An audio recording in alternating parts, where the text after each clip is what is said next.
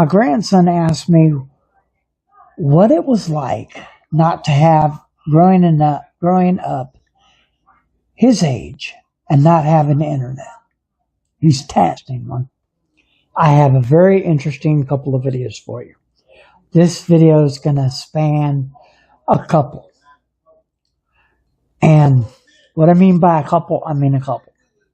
So it's going to take us the process of maybe three to four videos to do this. And the only reason is because it'd take an hour, and I don't want to blow your hour. So we're going to do in 10, 15-minute segments apiece, so you get an understanding of how to do this.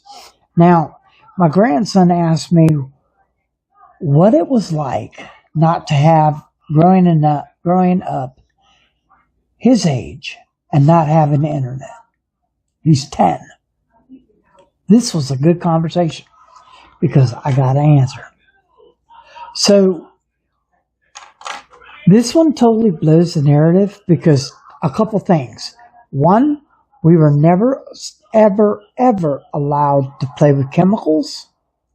Never, ever, ever allowed to play with fire. Never, ever, ever allowed to use a saw that has power to it. Power tools? Oh no. Don't get caught with the power tools. You can have a handsaw all day. They don't care. So, what did we do? Well, let me tell you what we did when I was 10. We're boys. We watched TV. War movies were our favorite. So, what more can we do? Invent shit. We didn't want to run around with guns because the guns that we had didn't do anything. They just, you pick them up, you pull the trigger, and they go pop, pop, and that's it.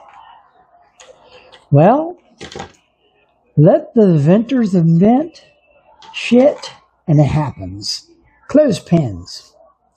The person who ever made these clothespins, they're scholars and saints for a 10-year-old boy. Notice the clothespin goes up and down, and you put it there, and the way it's designed is you put it on there, and it goes onto the string, right? Well, if you ever notice, clothespins have these beautiful things in the middle that actually allow the clothespin to work. Let me show you. You take a clothespin, look at this, and all you have to do is spin the clothespin, and look at that. It comes right off. It comes right off. I didn't use a tool. We're brilliant, successful people. Then you take the rubber band, like this, and you put it in there, like that, right? Oh, but it'll get out. No, it won't. Look, watch. You take the clamp. Let's see if I can do this for you to see. You take the, oh, there you go. You take the clamp, and you move it like this, and you clip it. Now it is clipped. That rubber band will not get out of that thing. Right? So now look, you can stretch it, and you can pop it. Okay? But look at this. You take the clothespin, you put this on the end of it, and you put it in the thing. Now you can pull it, and now look what you got. You got a deadly weapon. For a 10-year-old, this is deadly. You can kill a bird with this thing. So this is basically it right there. That's it. Now let me show you this. This is what they told us to do. They told us to get these, this is all the prints. If you check out the prints, this is what they tell you to do. They tell you to take the rubber band and put it in there like that. But I don't trust this. Okay. Now, another thing is, let's say your barrel is a little longer. You could take this like this and take the rubber band like this. And you're going to take the rubber band like that. And you're going to basically take the rubber band and you're going to tie it and you're going to pull it down like that. And you just made yourself an extra long missile.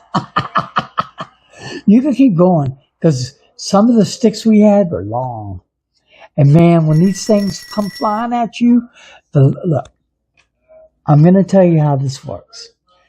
The longer the drawback, the harder the hit. Ain't no shit.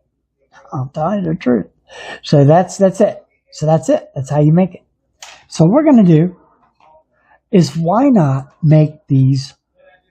And I told my wife my idea, and she goes, "Why don't you make one? Why don't you make one for Christmas?" I was like, "Okay, so I'll make one." She goes, "Then make all the boys one." So then she's like telling me to make one for my 3 grandsons, right? And I was thinking about it, and she goes, "Well, you need to make one for Nikki too." And I was like, "Well, shit, if I make one for Nikki, I'm going to have to make one for Antonio. And if I make one for Antonio, I'm going to have to make one for Junior. And then I'm going to have to go ahead and make one for myself too. And then shoot, ain't going to have a rubber band gun fight without no rubber bands." These hurt. Did I tell you? When you use these, you do not hit them in the face with it. But then again, you're talking to a generation that had BB gun wars. That's what you're talking to.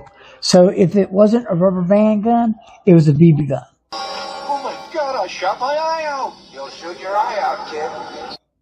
And we had BB gun wars all the time. But anyways, we won't get into that one. That one's a whipping and waiting to happen.